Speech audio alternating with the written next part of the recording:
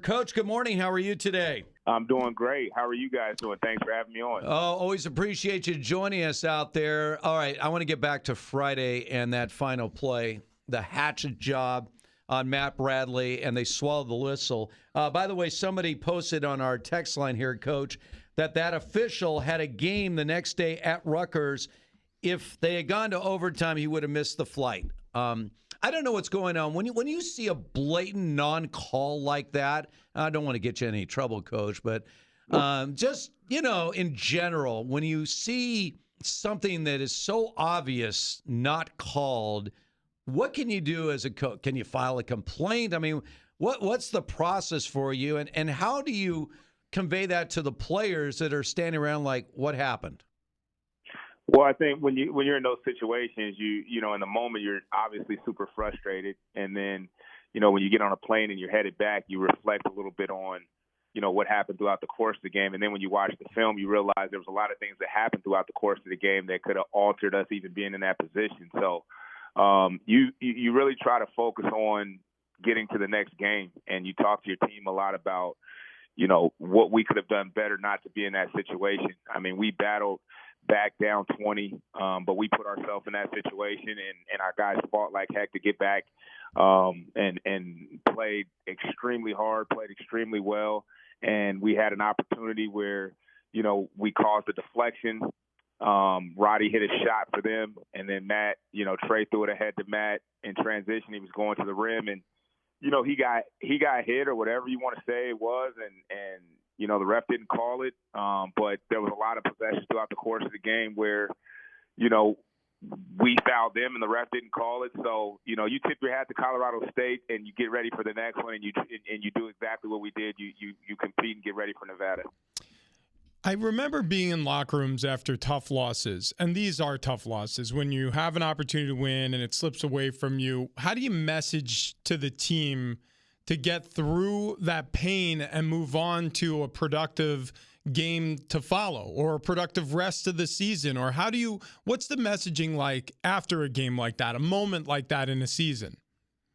Well, Coach Dutcher just does a good job of really letting our guys know that, these guys want to be professionals one day. And the way our schedule is right now, it's set up like a professional basketball schedule where we have game after game after game. So, we really didn't have a lot of time to hang our heads and be sad. And, we could be upset in the moment, but the moment we got off the plane, it was about recovery and, getting back in the gym and prepping for the next game. And so I think as a staff, it's our job to move on with our energy and our emotion and our focus to the next opponent, so then our team can know that, hey, we're going to show where we made mistakes, but, there's still more games to be played. And so we pushed that one in the past, and, we look at the things that we got to get better at and improve at, and we take those into the next game and hopefully come out with a different outcome.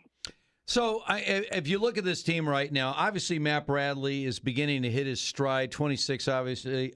Yesterday, he's averaging better than 17 points a game. So offensively, he's as good as advertised. But right now, Lamont Butler's your second leading scorer, averaging 9 points a game, Coach. I mean, it has been a struggle to find any offensive consistency all season long. Are you surprised? Did you think by this point of the season we would see a little more consistency on the offensive end? I just think offense is so unpredictable because, with all of the ebb and flows of the season and the ups and downs, guys in and out of the lineup and just so many different changes throughout the season, it's hard to get in a rhythm. And there's a human element involved with all of this to where these guys are, 21, 22 years old. Some of them played together. Some of them haven't played together. Some of them are playing in position, out of position. So there's a lot of mental things that are going on as well. And so I just, I'm excited that we're able to focus and lock in on the defensive end and try to create offense for ourselves. Obviously we're super excited about, Matt doing exactly what he's doing, Lamont doing what he's doing. But I still get the sense that these guys are going to turn up their offense when it really, really matters. I've been here 3 years now, and every year that I've been here, we've gotten better.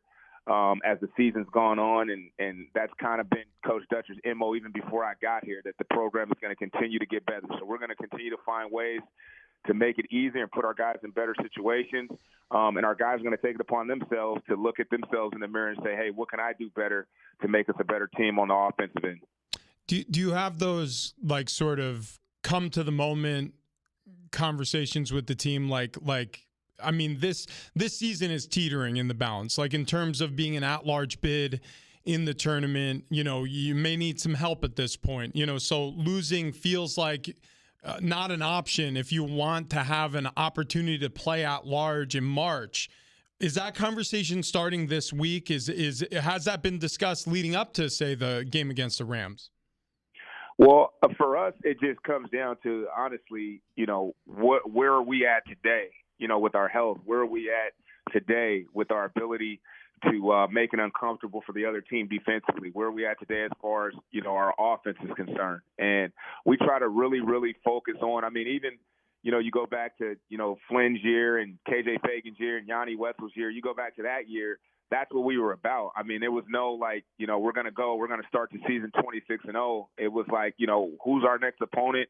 How good do we have to be in this game? Because we feel like we're the best team in the Mountain West. And at the end of the day, we have to go out there and prove that every single night. But you don't do that by talking about it. You don't do that by telling everybody how good you are.